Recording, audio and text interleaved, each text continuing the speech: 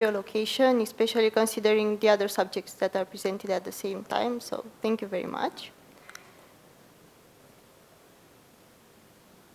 So my name is Simona, and it's my third time as speaker at DefCamp.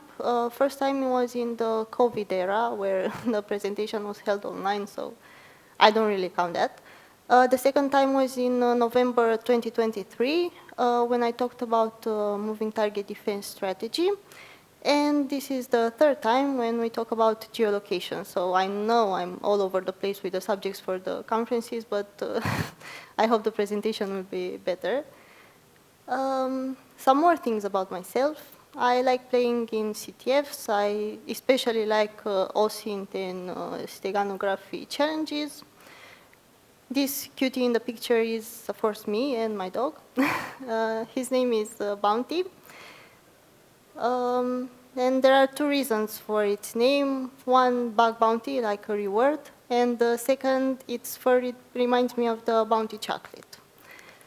And I'm on social media. You can find me almost on every social media platform, but do your own OSINT. And I'm a security researcher at Orange Services. So enough about me. Now let's talk about the presentation. The main topics for today are: why have I chosen this topic? What methodology do I use while geolocating images?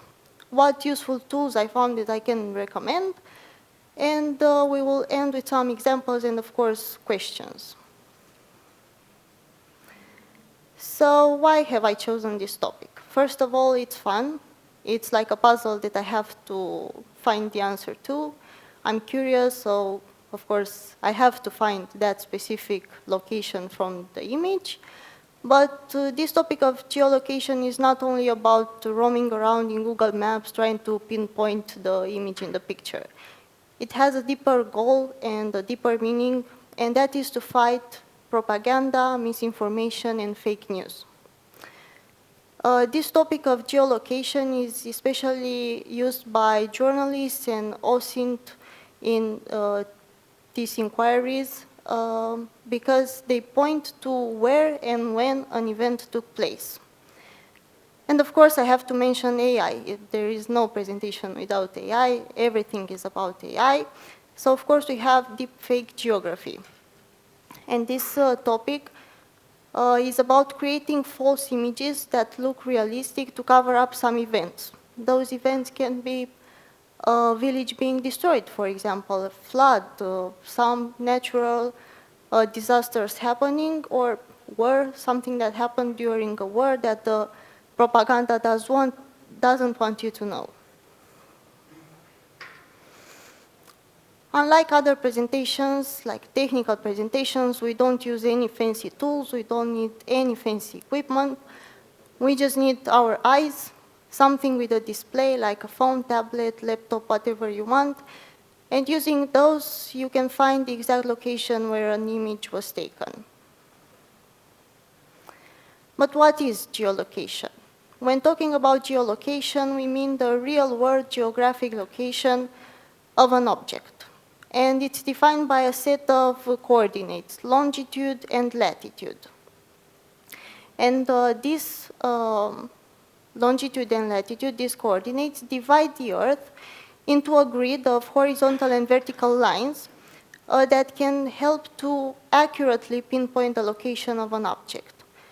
These coordinates can be expressed in multiple ways, like degrees and minutes and seconds, and decimal. To find a specific location, we use multiple methods: manual method, automated, and semi-automated. When I mean manual, I mean we just roam through Google Maps, Street View to find the exact location. It takes a really long time, but eventually we will find the location. Automated, there are some tools that where you can just upload the picture and it points you to a direction. Not only very accurate, but from my research, it points to a pretty good location here where the photo was taken. And semi-automated, when we combine those methods. We roam around Google Maps, we use some tools, but this method I find is the most accurate. But there is no perfect method. There is no template when it comes to geolocating, because there is more than one way and definitely a more easier way than the one we found. So use whatever works for you. No matter what method you choose, the methodology should be extract, research, and verify. We extract the information from the picture, and we will see what I mean by extracting that. We research, so we make sure that what we found matches what our tools say if we use the semi-automated method, and we verify. We verify using Google search, for example, and Google Street View to match what we found during the research and with the extracted information. The easiest method is, of course, using the metadata of a picture. But that doesn't always work because we don't usually have metadata for a picture. Metadata is useful when we have an original picture, a picture we took with our phone or something like that, because social media or any other app will remove those metadata, so that is stripped, we cannot really use it. But if we have it, it's the best method and the easiest method. For example, this is a picture I took with my phone. It's a picture in Prague. So using the metadata, we know the exact location of the picture. And of course, our iPhone suggests the location based on that information, but we always verify that is true. Like I said, extract, research, verify. So I verified on Google Maps that that is the exact location. And it points us to a fortress in Prague, which is correct. The second method, which is also extremely efficient and fast, is to make sure that we use a reverse image search. And I recommend using the big four, Google, Bing, Baidu, and Yandex. Sometimes you'll see better results on one of them. Sometimes you'll find an interesting result on Yandex or Baidu and not on Google. It really depends. It's just part of the research. For example, I searched the same image on Google, and it points us to Prague, which is correct. And we have some images that look pretty close to our location. So the first image on Booking is from a similar viewpoint as I did the picture, as I took the picture. And third line, second column, is another picture very similar to ours. So looking through those articles, making sure we read and make our research, we will find the location.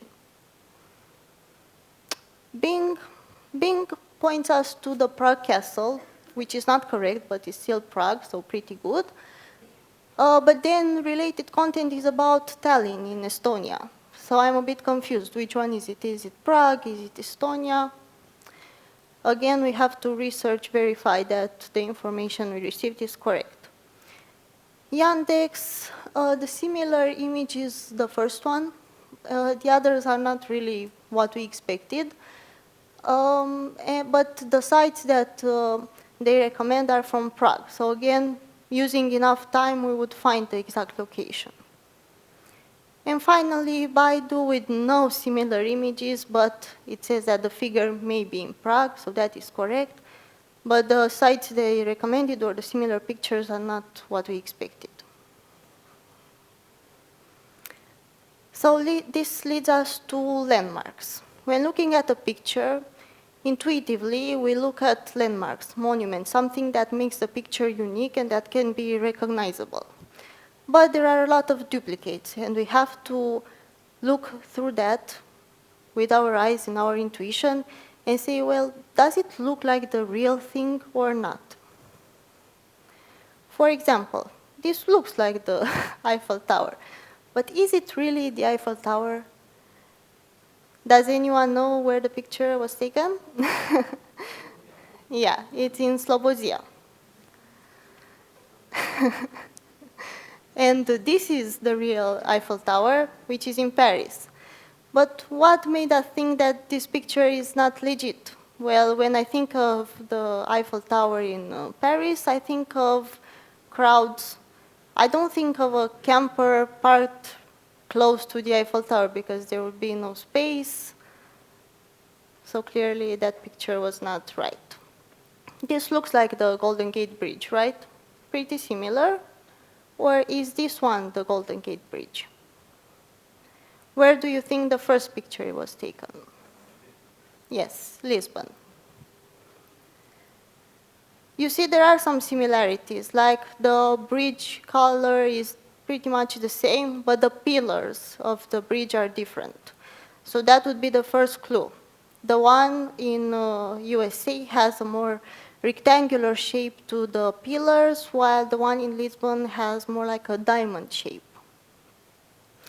That would be the first clue, but there are some others, but we need more pictures to identify that. So I compiled a list of landmarks that are duplicated. So the Leaning Tower of Pisa in Italy has a replica in Chicago, Illinois. The Eiffel Tower has at least two, one in our country and one in Las Vegas. The Statue of Liberty has a copy in Norway and at least one in Japan. So this list is not exhaustive. I didn't put all the replicas. I just took the ones that I found more interesting. The Parthenon in Greece has a replica in Tennessee. The Christ the King statue from Brazil has another replica in Lisbon, Portugal. The Golden Gate Bridge, again in Lisbon. L'Arc de Triomphe, we have one in Bucharest, we have one pretty small one in Las Vegas, and one in New York. The Taj Mahal has at least two duplicates, one in Dubai and one in Bangladesh. Mount Rushmore has one in China in a city I will not pronounce. And a funny thing about Stonehenge, the replica is called Foamhenge because it's made out of foam and it's located in Virginia. And the Tower Bridge, we have one in China. There's also in Romania, in the same place where the Eiffel Tower is located, in Slobozia, we have the house, we have a farm from the Dallas, the soap opera, whatever it was, and the main character, so the actor that played JR, visited that farm in Romania. So we talked about the three steps. We extract information, we research information, and we verify the information. But what did I mean when I say we extract the information? We have to look at the picture from multiple viewpoints, let's say. One, we look at the context. And by context, I mean when it was posted, who posted the picture, why did they post the picture. Foreground, we look at what we see pretty clear in the image. And background, we look what's in the back of the picture, like what idea comes to mind when we see what's in the background. And we split the image in small sections by looking at fixed and movable elements.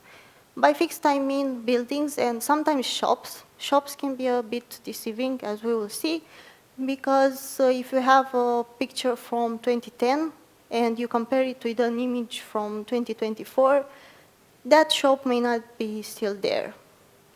And by movable, I mean license plates, for example. You see a car, you can zoom into the license plate, you see it's from Estonia, so you can say, okay, this picture may be in Estonia. But because it's a movable element, you cannot really be accurate with this assumption. So let's look a bit at this picture.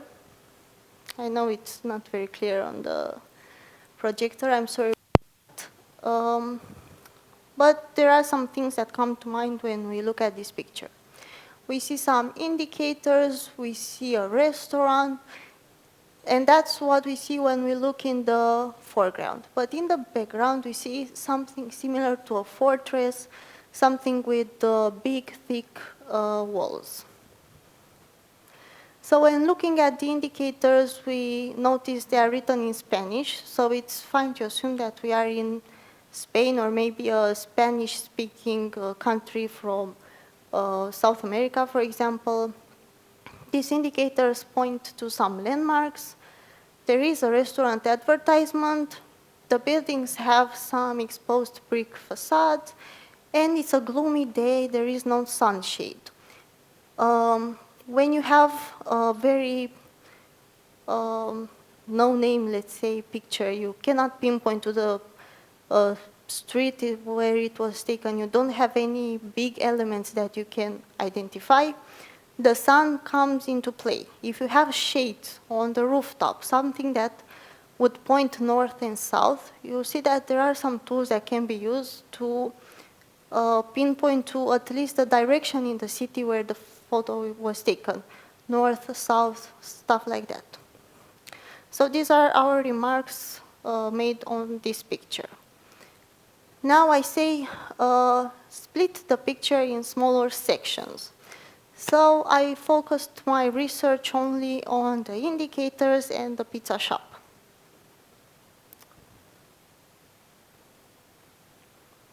And what I will do now is I will use the manual method because I think we have enough information to go to Google Maps and find the exact location.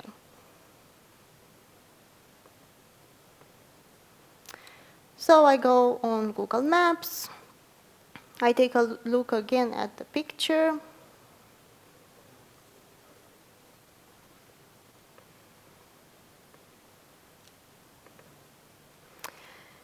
and I focus on these indicators. So what it's most interesting to me, it's the green one. So I go and search for that. And my hope, my assumption is there will be only one result, because if I get two results, I have to go through the list of indicators and find the one city that has all the indicators. In our case, this plaza is only in Toledo, Spain. So now I know that maybe this picture was taken in Toledo, Spain. Then I search for the pizza, because the pizza restaurant, and I know it's pretty close to this plaza, which was here, and our pizza shop is here.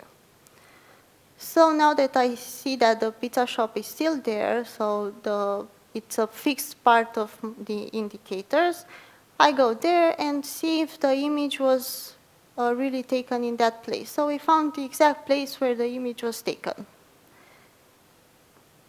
Sometimes there will be buses here, but you can choose to see more dates and maybe the image will be clearer. So we have the same viewpoint as the picture, we have the pizza shop, we have here something that looks like a fortress, we have the building, and we of course have the indicators.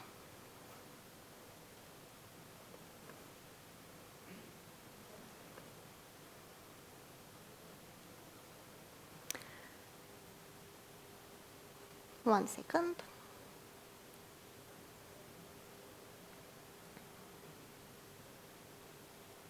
Okay, so our second example.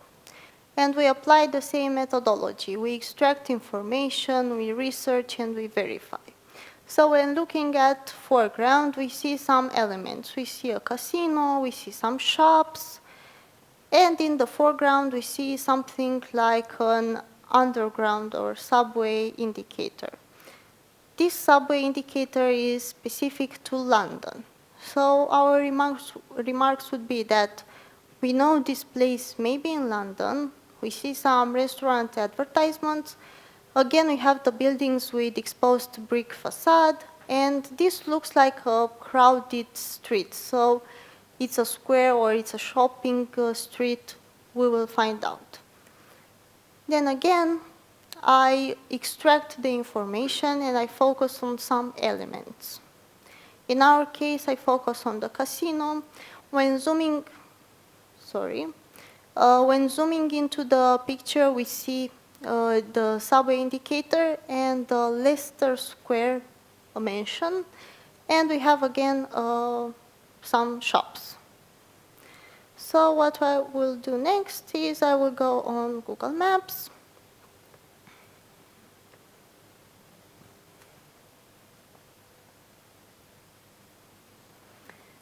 We search for Leicester Square. We see it's this one right here. So you make an idea of where the picture was taken. But then we remember we have the casino, so we search for the casino. So somewhere around this area, this street, the picture was taken. So I'll just go with Google Maps.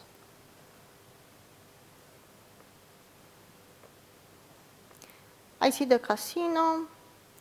I know the picture was taken from this side because we have the reference of the casino.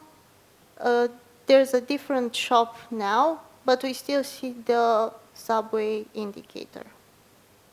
So again, we found the location and we verified that the location is where we imagined.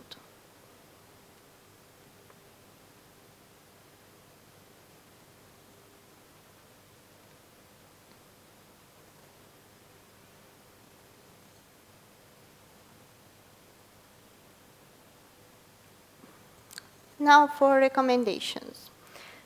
When I started looking into this, the one thing that I started was on this Reddit, trace an object.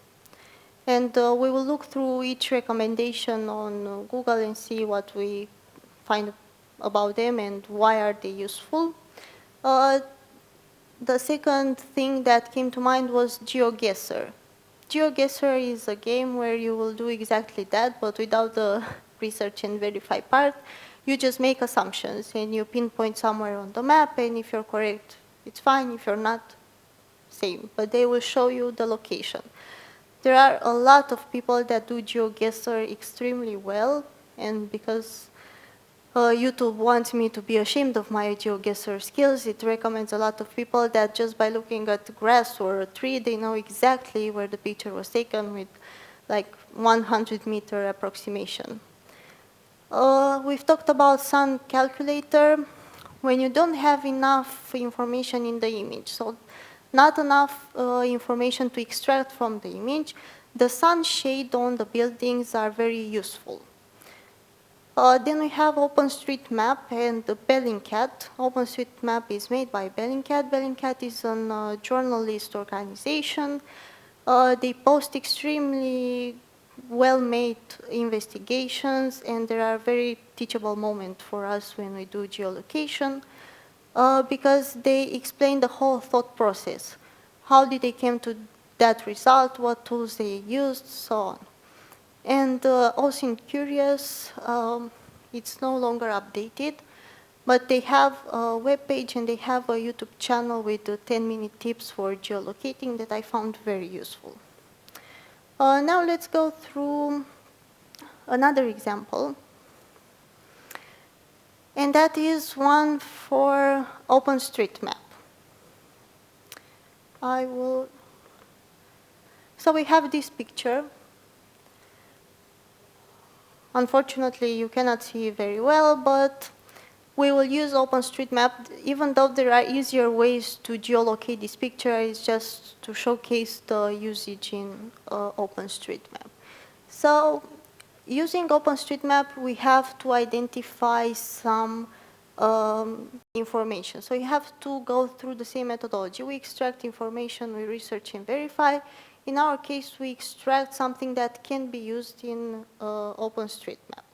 And OpenStreetMap has some features that are present, and there are presets. But you can also add custom features like I did for castle. Because in our picture, we can see 2 railroads, a sidewalk, this castle or fortress, or we will see, and we see a curve in the railroad. So we will use this information when it comes to our research and verify part. So we go on OpenStreetMap, we add the presets, railroad, we have 2, so I added 2 railroads. We have a shop, so I added a shop. You can be a bit more specific with the shop, but in my case there wasn't a need for that. We see a sidewalk, and here you can use the presets to say what kind of sidewalk it is, like a stone sidewalk, stuff like that. And I added a custom filter, which is a castle. We have to use a search area.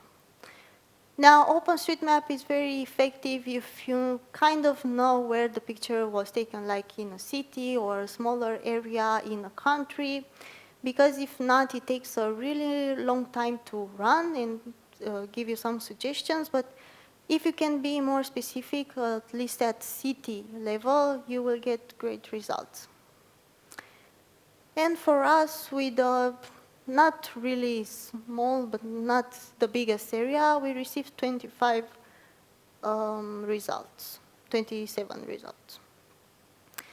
Now comes the manual work, where we have to go through the results and see which one matches best our image. So what I said I'm interested in is seeing a curve in the railroad, because the curve is near a castle, so I can pinpoint to fewer numbers in those results. For example, this doesn't have a curve, this doesn't, and from what I saw, this has a curve. So maybe let's use this. We open in Google Maps.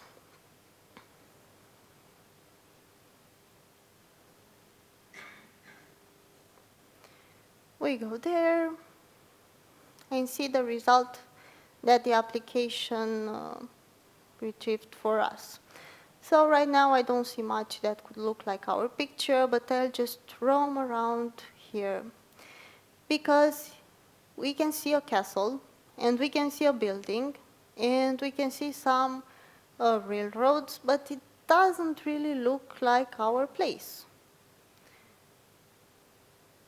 Because the picture we have, this building is pretty close to the castle. There's a small difference there. But it pinpoints us to a castle, so that's good. So I kept roaming around here near the castle.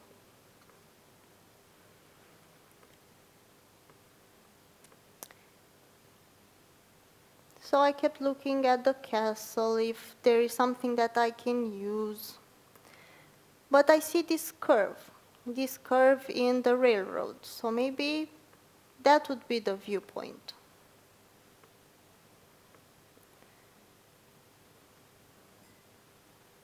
Why is the internet so slow today?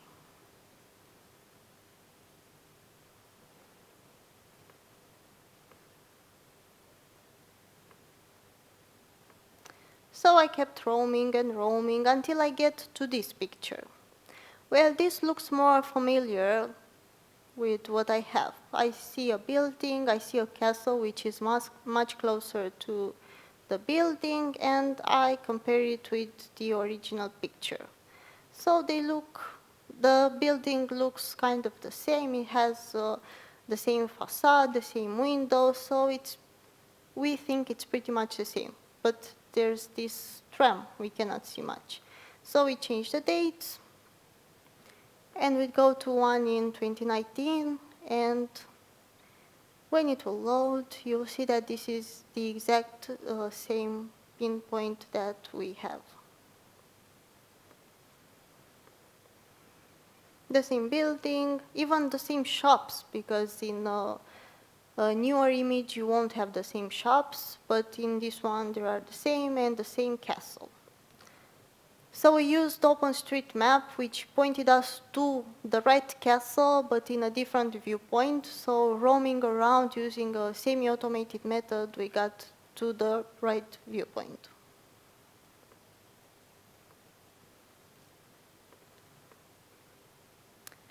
Okay, I've talked about the OSINT Curious project. This is their YouTube. They have 10-minute OSINT tips. They are very useful, and I recommend them when you're starting this journey.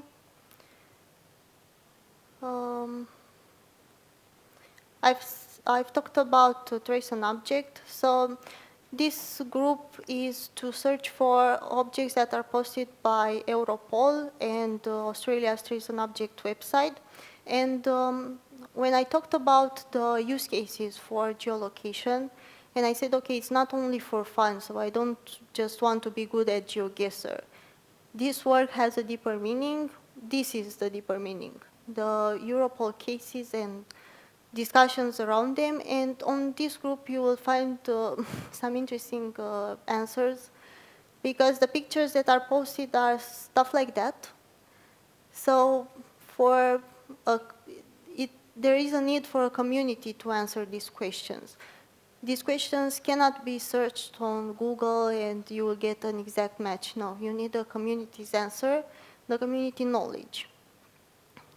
You see this picture like 2 pixels, they find something that is very similar. So this is the real goal of geolocating, giving back. These cases are for child abuse, child exploitation, stuff that are pretty serious, and the community finds an answer to that. There is also a tool. It's called Picarta, and there's another one, TNI, but I prefer Picarta, where you can upload a picture. For example, our castle. We can search worldwide, so not like on OpenStreetMap, where you can search in a very small area. Okay, now it doesn't work.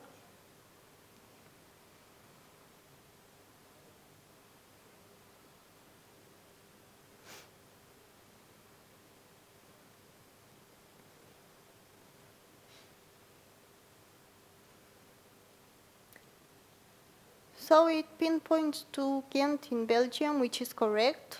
The GPS location is not the best because it pinpoints here.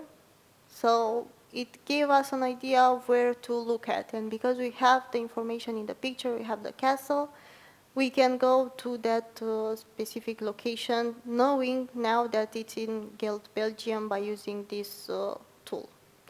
The second one, Tina, I won't show you because it's very slow. I prefer this one.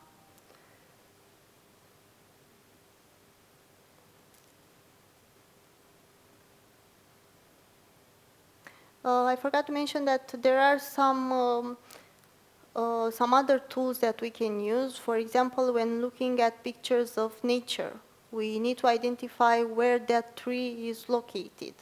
There are tools that can help us by giving us a map of the city and the trees in that city. I can show you at the end one from London. It's pretty good. In summary, please keep in mind that there's deeper meaning to this, not only about GeoGuessr. Think twice when posting a photo on any social media platform, because now you know we can, we know where you are. Pay attention to details in the picture. Find the exceptions, so look for landmarks, look for things that stand up to you when you look at a picture. And most importantly, trust your intuition. When we think about cities, we intuitively think of a color. For example, if we think of Santorini, we think of white buildings, blue waters. When we think about cities in Italy, we think about yellow cities with maybe maroon color uh, for the roofs. So intuitively we do that. So we have to trust our intuition, and when we first look at a picture and it speaks to us and it tells us, okay, maybe you should search in that specific country, in that specific city, do that. It usually works. There are some resources that I have used, and I will show you the tree map.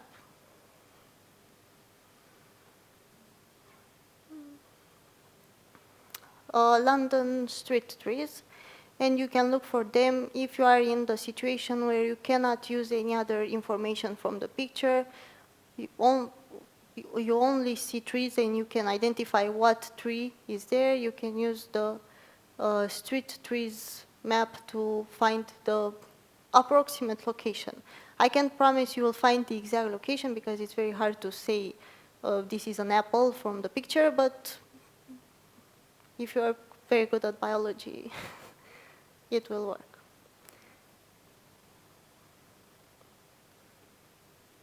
Do you have any questions?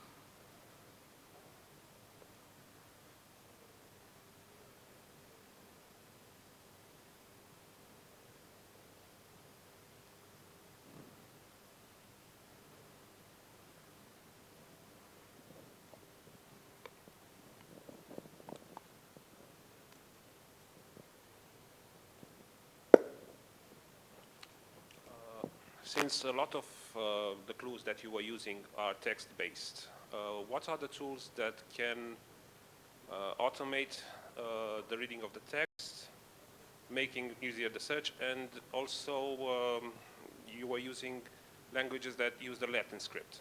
There are a lot of areas that do not use the Latin script, Arabic, Chinese ideograms, and so on. Are there any tools that would help with that? Yes, so using Google Translate would work for most of them, but this is something I forgot to mention. We have to know the landmarks, but we also have to know the alphabet. So when you look at a picture and you see something that looks like Russian, you should know out of intuition that it's Russian, but this doesn't come out of like very naturally. You will have to see the picture and the alphabet again and again and again and get accustomed to it. So it's more of work of intuition in Google Translate. Google Translate works very good with images. It will translate pretty good, even if the image is a bit blurry. That's what I use mostly.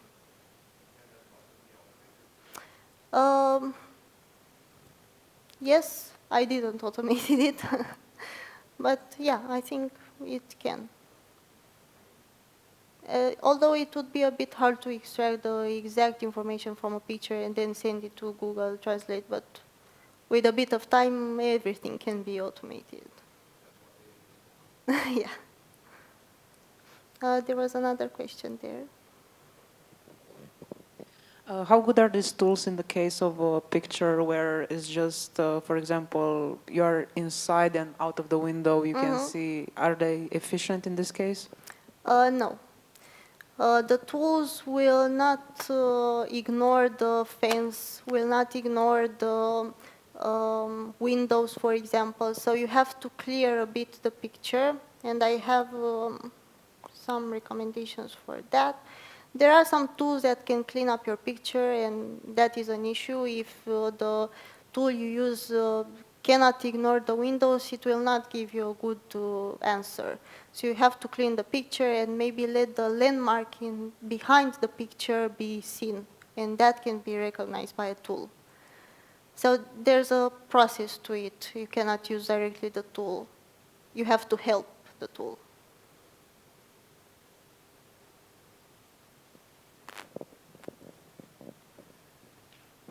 Hello. So, since the AI is a buzzword in almost every topic, have you tried to use tools like ChatGPT to search this image to find out the locations of places? And how accurate are these tools?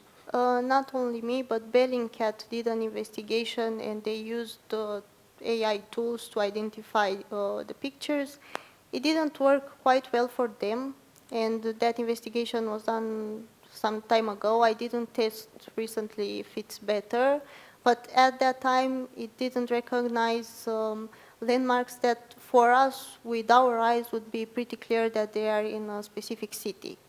So for them it didn't work quite well at that time. Maybe it got better with time, I'm not sure. But those, so TNI and, where is it? Picarta, they say they use AI to identify the location of the picture. So maybe it's easier to use these tools and let them pinpoint you to a general space, and then you can do the research work, not base it only on the AI. Okay, thank you. Any other questions? Then thank you very much. If you can, please give me a feedback, and that's it.